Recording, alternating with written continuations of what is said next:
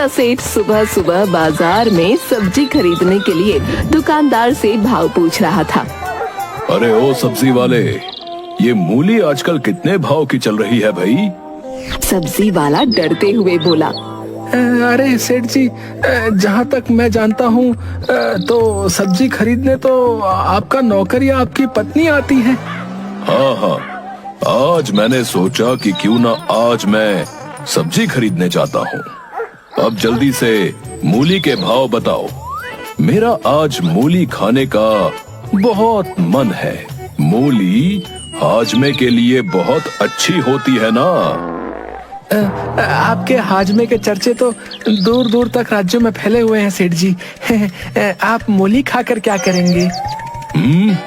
बकवास मत करो और मूली के भाव बताओ, समझे? 20 रुपए किलो।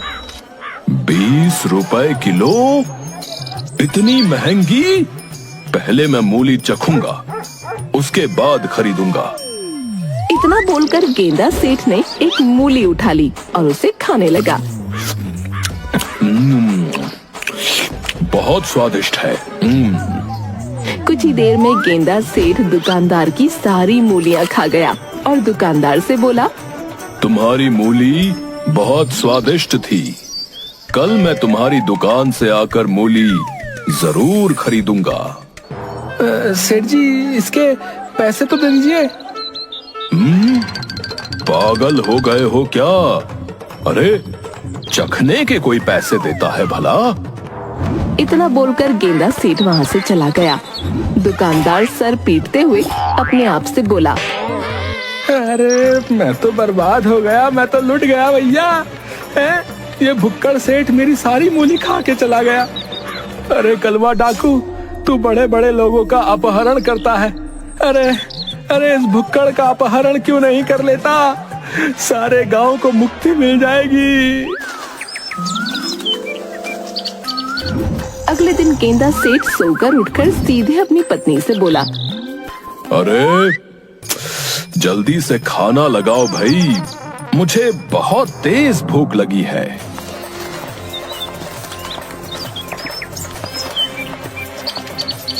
समझ में नहीं आता कि आखिर तुम्हारी माँ ने तुम्हें क्या खाकर पैदा किया है।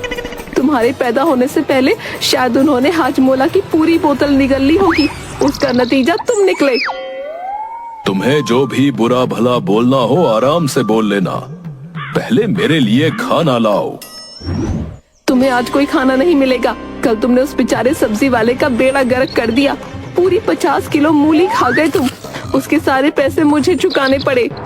गेंदा सेठ क्रोधित होता हुआ अपने घर से बाहर आ गया।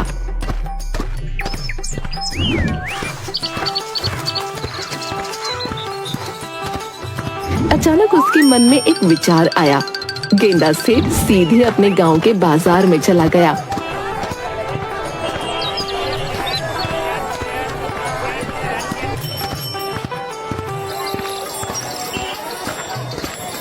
कि तभी गांव का मुखिया उसे मिल गया।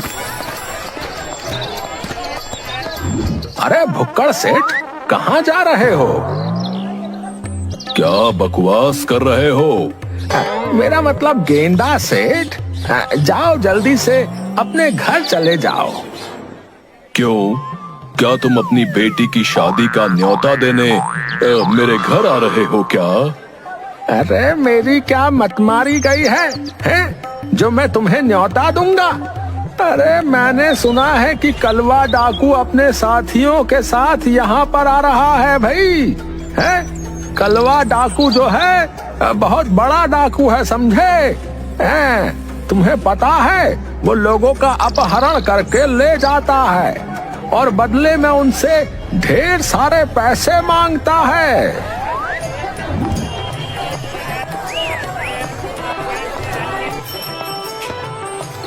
इतना कहकर मुखिया वहाँ से चला गया। गेंदा सेठ मुखिया की बात को अनसुना करके सीधा एक फल वाले के पास जाकर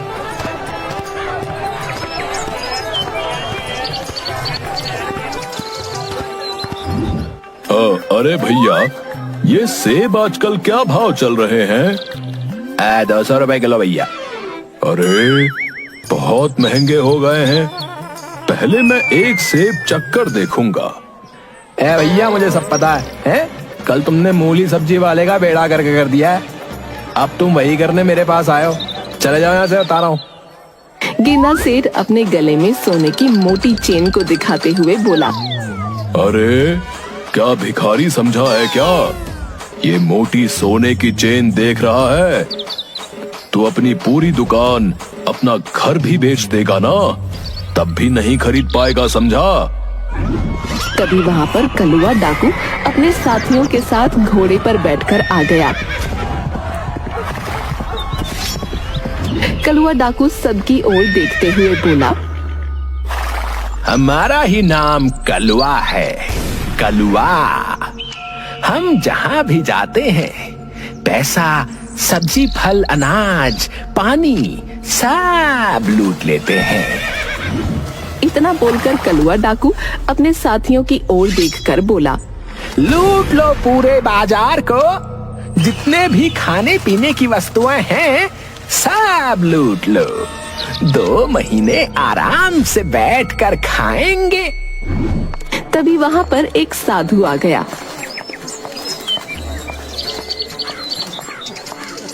जो कलुआ की ओर देखकर बोला, ये सब गलत है कलुआ, तुम्हें इस तरह से गरीब लोगों को लूटने का कोई अधिकार नहीं है। कलुआ हंसते हुए साधु से बोला, हमारा नाम कलुआ है साधु।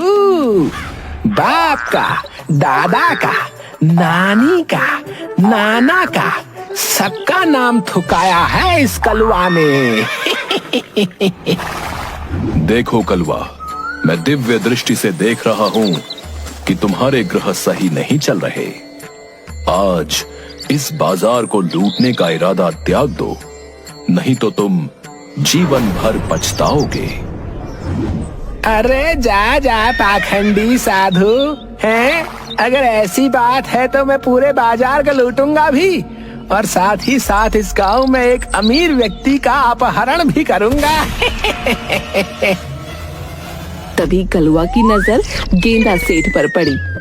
देखने में तो तू सेठ लग रहा है। अरे मैं गांव का सेठ ही हूँ, मुझे गेंदा सेठ कहते हैं, गेंदा सेठ। कलुआ गुस्से से बोला, हमारा नाम कलुआ है। बाप का, दादा का, दादी का, नानी का, परनानी का, सबका नाम थुकाया है इस कलुआ ने। बड़े बड़े मूर्ख इंसान देखे इस कलुआ ने, लेकिन तेरे जितना बड़ा मूर्ख नहीं देखा। तूने मुझे बता ही दिया कि तू सेठ है, अब तो मुझे तेरा अपहरण करना ही पड़ेगा। इतना बोलकर कलुआ अपने साथियों से बोला, सारे बाजार को लूट लो और इस गंदा सेठ को भी उठा लो। कलुआ गेंदा सेठ को बंदी बनाकर एक खेत में ले गया।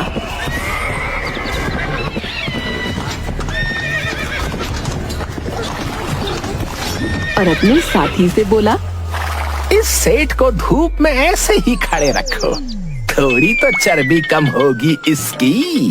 खा खा कर तोंद का पठान कोट बना रखा है, बताओ। गेंदा सेठ कलुआ से बोला, अरे डाकू जी, मेरे इस पठान कोट को बहुत जोरों की भूख लगी है, और मुझे चाहे धूप में बांधो चाहे छांव में, मुझे इससे कोई फर्क नहीं पड़ता, बस मुझे कुछ खिला दो। हमारा नाम कलुआ है। बाप का, दादा का, दादी का, नाना का, नानी का, परनानी का, सबका नाम थुकाया है इस कलुआ ने। हम बहुत बड़े डाकू हैं, लेकिन हमने आज तक कभी किसी को भूखा नहीं मारा। तेरी ये इच्छा भी हम जरूर पूरी करेंगे। इस खेत को देख रहा है, ये मेरा ही खेत है।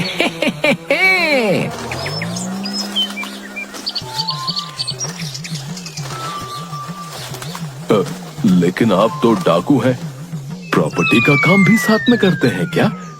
अबे मूर्ख है, हम लोगों को लूटकर जमीन खरीदते हैं ताकि बुढ़ापे में हम आराम से बैठकर खा सकें। और ये मेरा पपीते का खेत है। तुझे जितनी भूख लगी है खा ले। इतना बोलकर कलुआ अपने साथी से बोला, इसके हाथ खोल दो। सरकार, अगर ये भाग गया तो? अबे तोंद देख, भागेगा भी तो कहाँ तक, और भागा भी तो फिर इसको पता लग जाएगा कि कलुआ है हम। हाँ, भागने वाले को सीधा गोली मार देते हैं। कलुआ के साथी ने गेंदा सेठ को खोल दिया। कलुआ अपने साथियों की ओर देखकर बोला, नम नम नम नम नम नम नम, मुझे बहुत नींद आ रही है। तुम सब भी आराम कर लो बे। और हाँ, इस सेठ पर नजर रखना, समझे? इतना बोलकर कलुआ आराम की नींद सो गया। गेंदा सेठ को बहुत ज्यादा भूख लगी थी। गेंदा सेठ देखते ही देखते पूरे खेत के पपीते चट कर गया।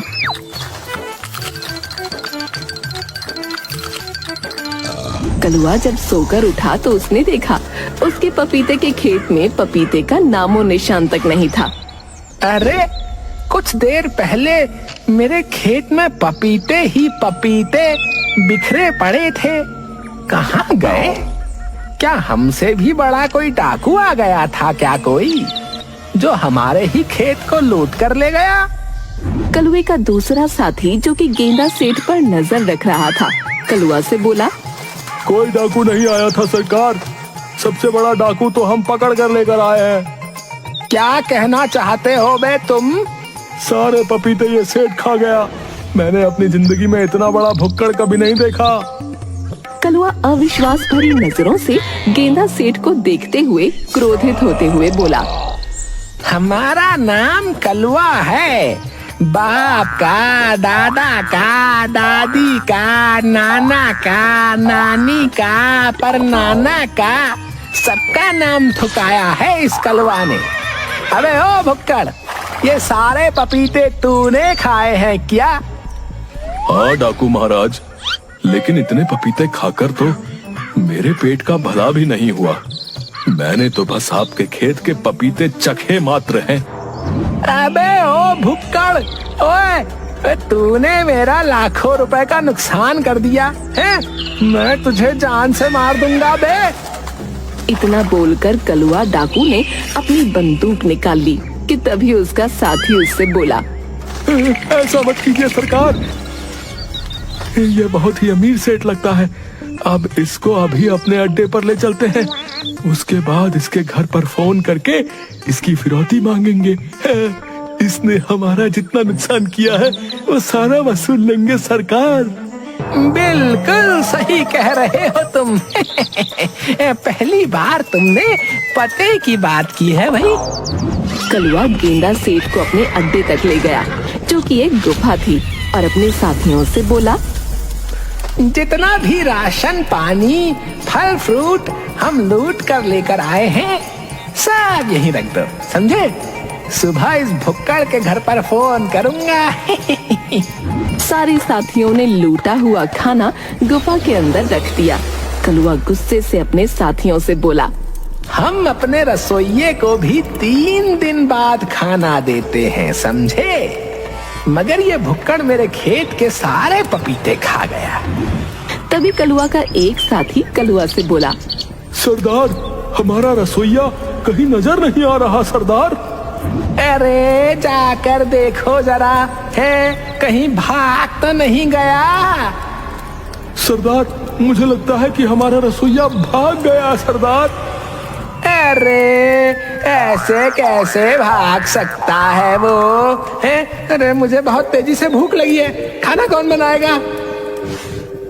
सरकार, 3 दिन तक जब रसोइये को भूखा रखोगे तो वो बेचारा अपनी जान बचाकर भागेगा ही।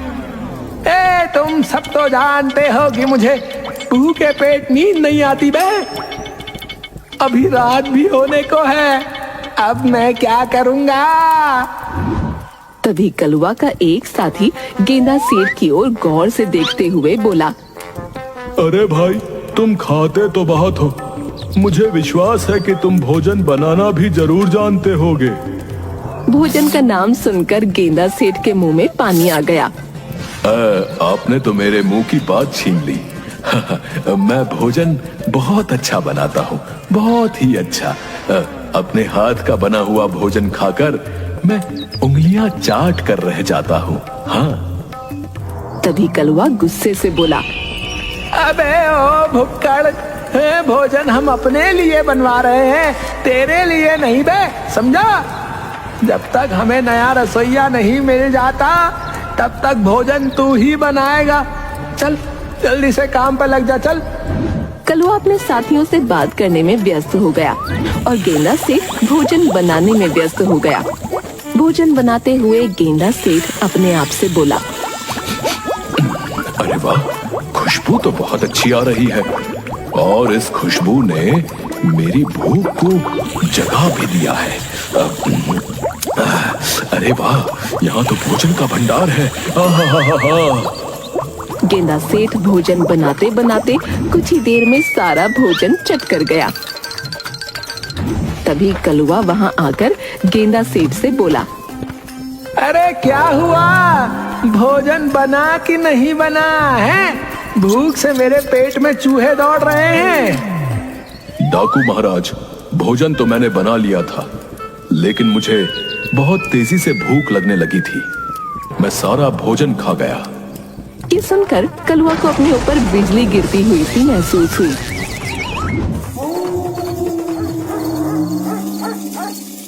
अरे किसको पकड़ कर ले आया मैं? कलवा तो समझता था कि अपने बाप दादा परदादा का नाम मैंने ही थुकाया है, मगर इस भुक्कड़ ने तो सारे संसार का नाम थुका दिया रे। तभी कलवा का एक साथी गेंदा सेठ से बोला, क्या गेंदा भाई, क्या तुम वास्तव में सारा भोजन खा गए? और मुझे अभी भी भूख लग रही है। ये सुनकर डाकू के साथी को चक्कर आ गए। कलवा गुस्से से दांत पीसता रह गया। तुझे तो मैं सुबह देखूंगा बे। कलवा और उसके साथी गहरी नींद में सोए ही थे कि तभी उनके कानों में किसी जानवर की आवाज टकराई। कलवा डरते हुए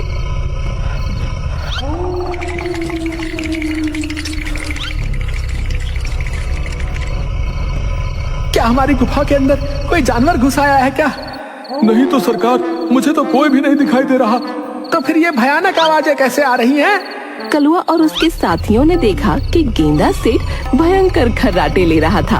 वो देखो, ये भुक्कड़ हमारा सारा भोजन खाकर खर्राटे ले रहा है। जब से मैंने इसको किडनैप किया है तब से मेरा जीना हराम हो गया है। एक तो मेरे सारे पपीते खा गया, ऊपर से लूटा हुआ सारा भोजन खा गया और अब चैन से सोने भी नहीं दे रहा कमीना। इतना बोलकर कलवा उठकर बैठ गया और गेंदा सेठ को एक लात मारते हुए बोला, अबे उठ, अगर तेरे खर्राटे मेरे कानों में और पड़े ना तो कहीं मैं बहरा ना हो जाऊं बे। गेंदा सेठ आंखें मसलते हुए उठकर बोला, क्या सुबह हो गई है डाकू महाराज? तभी तो मैं कहूँ कि मुझे सोते में भूख क्यों लग रही है। ये सुनकर कलवा अपने बाल खींचते हुए अपने साथी से बोला, अबे ऐसे ले जाओ बे, जल्दी से ऐसे इसके घर छोड़ कर आओ यार, मैं इसे अब 1 मिनट भी बर्दाश्त नहीं कर सकता। ये सुनते ही गेंदा सेठ ने तुरंत कलवा डाकू के पैर पकड़ दिए। नहीं नहीं डाकू महाराज, मुझे घर मत छोड़िए। मैं आपके यहाँ जीवन भर रसोइये का काम करूंगा और भोजन बनाऊंगा। अब मैं पागल हो गया क्या? ये क्यों नहीं कहता कि सारा भोजन बनाकर तू ही खा जाएगा और हमें भूखा मार डालेगा? नहीं नहीं, ना तो हमें खाने देगा और ना सोने देगा। नहीं डाकू महाराज, मैं घर नहीं जाऊंगा, मैं बता रहा हूँ। गेंदा सेठ ने कलवा के पैर कसकर पकड़ लिए। अबे छोड़ मुझे, छोड़ दे। नहीं। कलुआ क्रोधित होता हुआ अपने साथियों से बोला, अबे तुम सब खड़े खड़े मेरा मुंह क्या देख रहे हो? इस भुक्कड़ की पकड़ इतनी मजबूत है कि मेरे पैरों में दर्द होने लगा है। जल्दी से इसे बांधो। सारे डाकुओं ने गेंदा सेठ को तुरंत बांध दिया। चलो इसके घर पर छोड़कर आते हैं इसे। कुछ ही देर में कलुआ साथियों सहित गेंदा सेठ के घर पर खड़ा हुआ था। डाकू महाराज, ये अन्याय है। मैं आपका साथी बनने के लिए तैयार हूँ, मगर आप फिर भी मुझे मेरे घर पर क्यों ले आए? मैं भी डाकू बनूंगा। अब तू सबसे बड़ा डाकू वैसे भी है। गलती से अगर तू मेरे गिरोह में शामिल हो गया ना, तो कुछ ही दिनों में सारे संसार का खाना कम पड़ जाएगा, समझा?